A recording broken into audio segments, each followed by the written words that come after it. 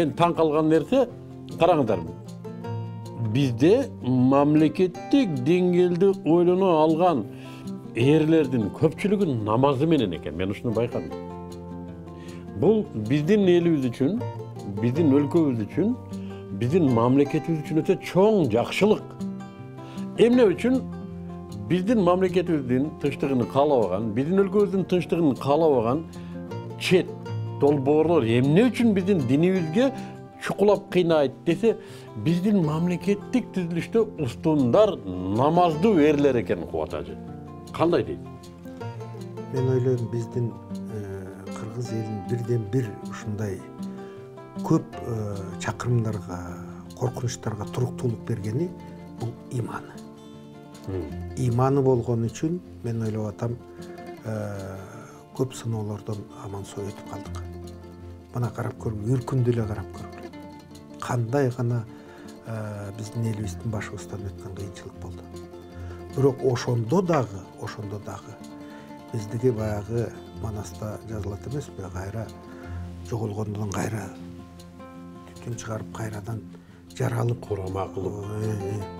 Ошондой болгон себеби мен ойлоп атам, кыргыз элинин иманы. Бир топтордо балким башкача көз караштар бардыр. Бирок мына өзүңөр туура айтып кеттиңер, башында глобализациянын да чакырыктарынан биз аман-соо өтүп атабыз мына. Жаман болгон жокпуз. Анткени кээ бир элдер бизден саны алда канча көбүрөөк күрт элде жүрөт, мамлекетсиз уйгур элинде жүрөт, башка элдер жүрөт. Этиги Рохинжа эли канча кыйынчылыкты көрүп атат. Палестина элинде мен бүгүн ыраазы болуп калдым, биздин бакан башчыбыз, премьер-министрибиз кыргызча сүйлөп Туркияда. Ошондо бир туура жакшы сөздөрдү Палестина эли жөнүндө жасады да. Мен ойлоп атам, мына биздин мечиттерде дагы ошо көп кыйынчылык көргөн, көп запкы көргөн Палестина элине биз өзүбүздүн ошондой бирдештигибизди, дуабыз менен ошого бир кандайдыр бир таасир этебиз деген оюм бар да. Өзү акыркы 25 жыл ичинде, ажыке, мен туура эмес айтсам, оңдоп коюңуз болот. Эмнегедир биздин расмий бийлик өзүнүн мусулман калктуу экендигинен тартынып, же бирөөдөн корунуп, ушул нерсени позицияга койчу эмес да. Палестина маселеси болот. Кандай маселе болсун, чет жакка чыгабыз, орусча сүйлөйбүз. Мен ушу кээ бир депутаттардан сурадым да ушул нерсени. Эмне үчүн мына маселеде биз мусулман калктуу өлкө катары позициябызды кармаган жокпуз десем, биз көбүнчө орус туугандарды карайбыз дейт. Отурумдарды, алар кол көтөрсө көтөрөбүз, алар көтөрбөсө көтөрбөйбүз. Мына ушул нерселер акыркы кезде, мына азыркы бийлик түзүмүндө мусулманчылык позициябыз анык билине баштады. Бул кубандырабы же өкүндүрөбү? Мунун кесепети барбы же жакшылыгы барбы? Мен бир нерсени айтып коеюн. Бир топ жыл мурдараак мен ошол убактагы спикерге Асылбек Жээнбековго кирип бир аманат айткам да. Ошо ак үйдүн тегерек четинде мынау Лагвиненко Токтогулдун кезилишинде бир бошураак жер бар. Ошону бир аманат сыяктуу чыгарып берсеңер. Эми спонсорлор табылат. Ушу орточо, мен ошол жерде жашайм да. Жакыныраак мага.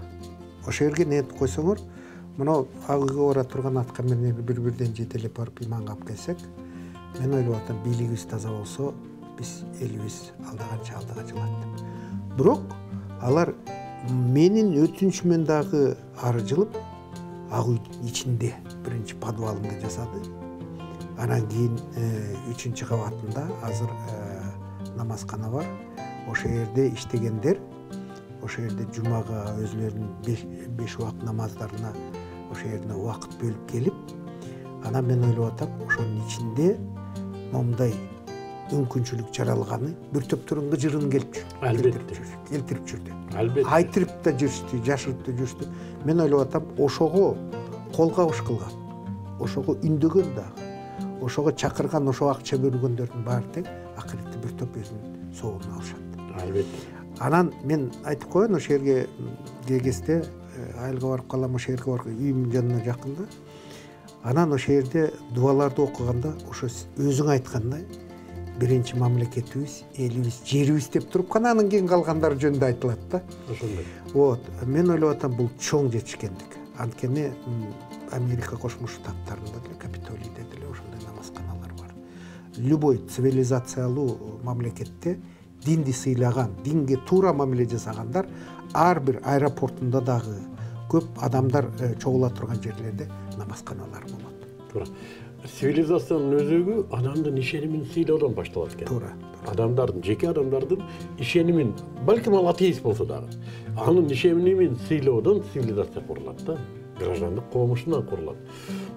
Мынагу Ак үйдөгү мечиттин курулушуна айтпасак болбойт. Бул Турсунбай Ажын Акировнун салымы кош, бир катар депутаттардын салымы кош. Мынау чындап эле символикалык түрдө бийликтин чордонунда мечиттин турганы бул биз мусулман элбиз деген.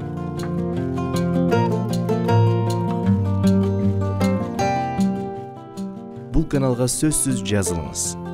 Дайым биз менен болуңуз.